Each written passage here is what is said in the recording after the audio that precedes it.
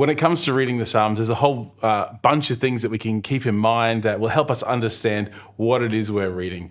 The Psalms are really our prayer book, the church and the believers' prayer book when we're talking to God. Actually, there's over 135 different ththings you can say to God that we find in the Psalms. The big ones are things like, thank you, you're great, I need help. There's beautiful expressions of the fullness of human experience as we read the Psalms. When we come to them, we've got to remember they're poetry too. So there's that beautiful way that poetry kind of gets under our skin, gets below our defenses, and really starts to speak to our heart and starts to open up our spirit to being aware of who God is and what He's doing in our life.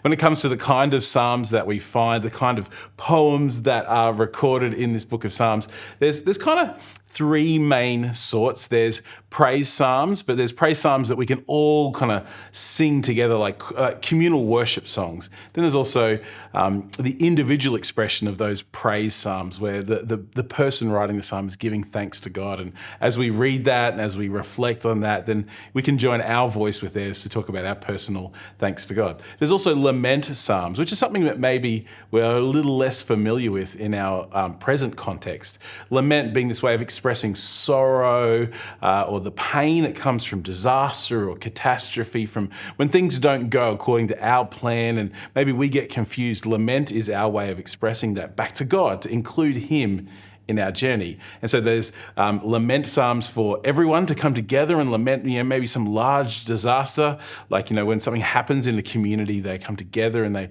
express that feeling to God. And then there's individual lament Psalms.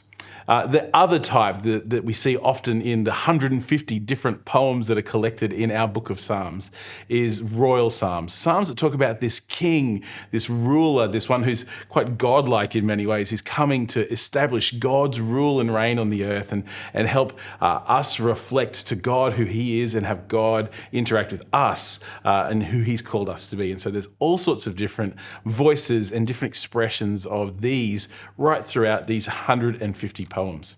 Did you know too that the book of Psalms is broken up into 5 different books?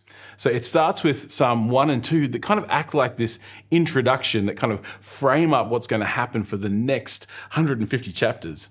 And at the other end, there's these 5 Psalms together, these 5 Psalms that start with the word hallelujah, the hallelujah Psalms that close out the whole book. And it's interesting that there's 5 books, there's 5 Psalms at the end. There's been this constant kind of reflection throughout the history of the people of God that these 5 collections of Psalms actually echo the 5 books of Moses, this beautiful expression of God's revealed covenant to us and the invitation to be God's people. And so as you journey through the 5 different books, it kind of take you on a journey like the 5 books of Moses, the Torah. It takes you on a journey through the experience of people. These 150 Psalms in these 5 different books, they're written by a whole pile of different people. Some of them are written by groups of people, but about 73 are attributed to King David, or at least about King David, and are connected to him and his life and rule. And so often we'll find a lot of experiences of his life reflected in the Psalms. The whole kind of first book, the first 41 Psalms, are really connected to King David and his life. Another part of Psalms that I absolutely love is from Psalm 120 to Psalm 136, these 15 Psalms together called the Songs of Ascent. And right towards the back of the 5 different books of Psalms, these collection of Psalms are these beautiful pilgrim Psalms that talk about the journey that the believers would go on as they went up to Jerusalem to celebrate a festival back in the Old Testament in the temple days. But for us now, in our context, they're these beautiful Psalms that paint the picture of the journey towards God, of being people in relationship with Him who walk through mountains and valleys, through beautiful experiences and tough times. And in the midst of it all, we choose to keep our eyes fixed on Him.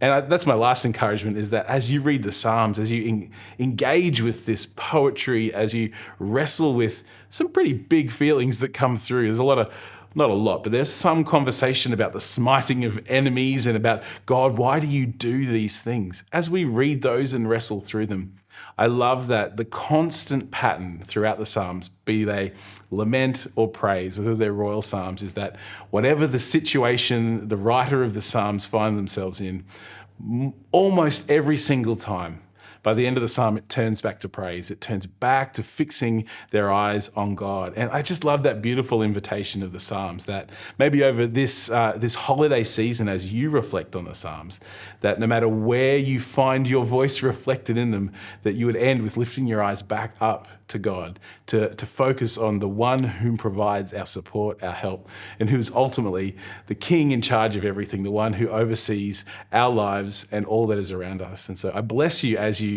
jump into the Psalms. Hope you find your favorite. Hope you maybe even share that with the people around you as you're encouraged by the Lord.